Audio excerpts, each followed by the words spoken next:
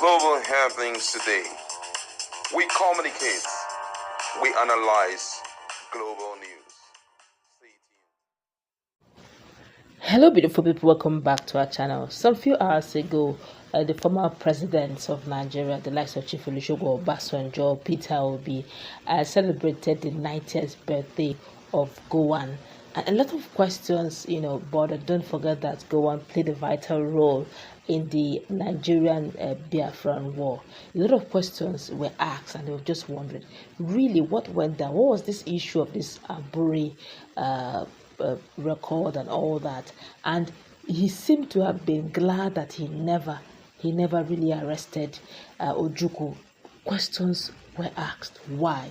Well, let's dive into the news to find out exactly what he said transpired, according to him, in his perspective, the true picture. Then, of course, we look at the history of what happened and what was that thing that was said. Let's quickly dive into the newspaper. Before we do that, kindly subscribe to our channel. Now, according to him, they asked him about what transpired between him and Ojukwu in Aburi, Ghana. Gowon narrated the story, and this is what he said. He said, well, Ojukwu used to say, on Aburi will stand, and I will say, from Aburi you will fall. Now, the story of Aburi is that we had been trying everything to be able to meet in Nigeria to resolve all the unfortunate things that happened, the buying and all the katakata after the January 15 coup. I was to go to Ibadan the following day. Ibadan is naturally in Oyo State. The following day, but I was informed that I could not go because there was a reception for officers coming into the brigade. That's brigade officers like me being posted to that brigade and others from the brigade being posted out. There was a reception by the brigade commander for officers like me and others, and I had to attend on that Friday night to ensure that I did the correct thing in that unit. So that evening, I went for the reception. And when it ended, I moved to Ikeja, which is in Lagos State, to stay for the night. Now, unfortunately, late that night, there was commotion. I was wondering what it was, but nobody told me anything, and I was to take over the battalion the following morning. Then there was movement of troops and vehicles in the unit. After some time, it died down, but after another 2 or 3 hours, there was greater movement and commotion everywhere, and I was wondering what was happening. There was a beggar calling all the troops to a master parade. I was wondering and looking through the window to see what was happening. Luckily, I saw one of the officers, the adjutant of the unit, Captain Martin Ademo, now late, is no more. He later became a general. I saw him passing by the duplex, a temporary quarter that I was to stay since the commanding officer's residence was not ready yet for occupation.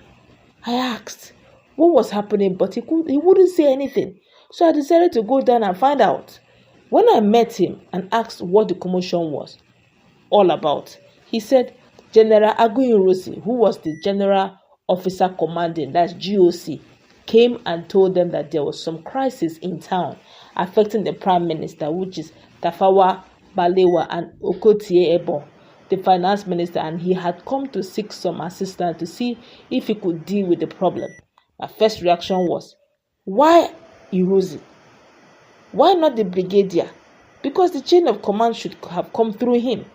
Irozi should have told the brigadier, who would have correlated the battalion commander.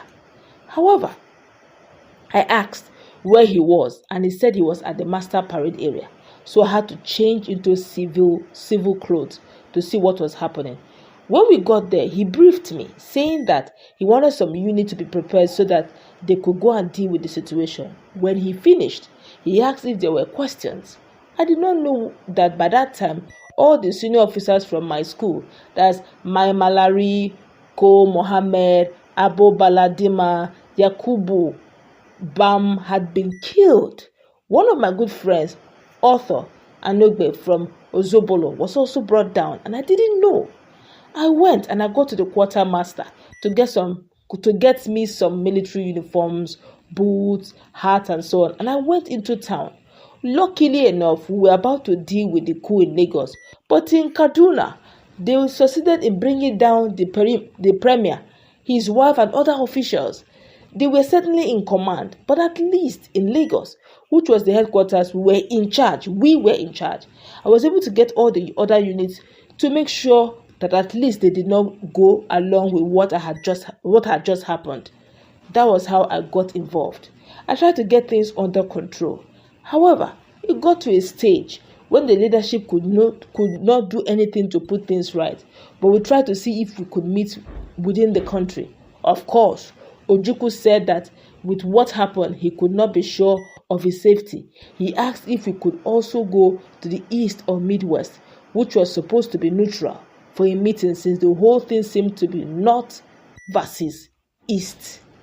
We got one of the British Airways, that's the aircraft, for us to meet in the air or on one of the British naval ships. Every effort was made, both by Nigerians and the British, for us to meet. But in the end, we had to agree to meet in Aburi. That was where it all started. I think we went there early January. And as far as I'm concerned, we were going for that meeting so that we could agree as military officers. When I went, I did not take any secretary to the government and officials like advisors, but of course, Ojukwu had a different intention. So he came with all his advisors and prepared a memorandum, which he wanted to be the solution to the problem, as if we were to do an agreement in a class. I said no. I joked with him and said he came with a pink solution paper. At our training in senior courses, students wrote on a white paper, but the staff had another green paper or something, and the solution paper was usually pink. It was from his paper that he was reading all the conditions. Things he wanted done, we discussed them. We had 2 days there. The agreement was that when we got back, I would be the one to make a statement on the areas we agreed on. Unfortunately, I was down with a very serious fever, and honestly, I could not do anything. As soon as Ojukwu got back, he made a statement on what we agreed. I had not seen the documents he was using. He made a statement that we had agreed to part or something like that. And early in the morning, David Ojo called to tell me what Ojukwu had done. I was still on a sick bed. I asked if that was what we agreed, and he said no. That was how the confusion started. Of course, when I got better, we disagreed because that was not the agreement. We were going to discuss most of these things in Nigeria. However, that did not happen, so we had to ensure that something was done. Ojukwu then started doing all sorts of things, disobeying federal government instructions, taking over government's revenue, all the rolling stock from Port Harcourt, and hijacking the Nigerian Airways aircraft, and so on and so forth. A lot of things were happening security-wise. People were disappearing and so on, and the fault was put on northern soldiers. The information was that there were some elements among the recruitment made at that time. There were some bad eggs using the opportunity or being in the military to settle scores. Ojukwu said his constituent assembly said he could break away to form Biafra. From some of the intelligence I was receiving, it was just a step to the next thing. That was when I created a state of emergency and 12 states to make sure that no region in Nigeria was marginalized, because there was this fear of monolithic north and the minority group in the east. Biriyi, Breaks, and others did not want to go along with the agreement given to Ojukwu. They personally came to me several times. I created 12 states to make sure that no place is too big or too strong to threaten the unity of the country. Lagos State was made up of Lagos, that's Lagos Central, Ekpe, Ikeja, Badagry. That was for the old colony of Lagos to become a state of its own. That was probably one of the reasons that after the Civil War, the security situation made us to think of establishing a new capital in Abuja, so that at least the federal government and the state would stay in one place. We knew that Lagos was going to remain the commercial capital of the country.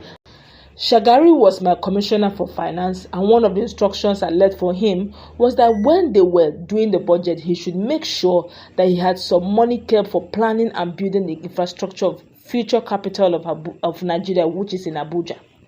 Not that I didn't want to return to the country. I take that again. Not that I didn't want to return the country to democracy, but when I was about to do it, politicians had started going at each other. You can remember the popular statement, if taka me, I tabo you. If you tabo me, I taka you. Honestly, I did not want a sort of situation reflective of what happened before the first coup. I don't know what version you heard, but in the end, we had to meet in Benin. Me and all the governors at the time to discuss the Aburi agreement and put it in the true context. We invited Ojukwu to be there, but he did not come. We invited Ojukwu to be there, but he did not come. The only thing I included, which probably made him not to accept it, was that there was no chance for any part of the country to secede without the agreement of 2/3 of the members of the group. But as soon as we left, Ejo told me that Ojukwu came to find out what it was. Of course, the narration that was given out there is quite different. There's this general in a statement that Aburi agreement was quite different from what Gowon is saying. That this is another person who was in the Aburi agreement done in Ghana. I guess different versions are coming, but what the true picture is, already Ojukwu is no more, so we can't possibly get the true picture he said. But this is another person who was in the center. Let's meet in our comment section. What's your take? Have a nice time. God bless you.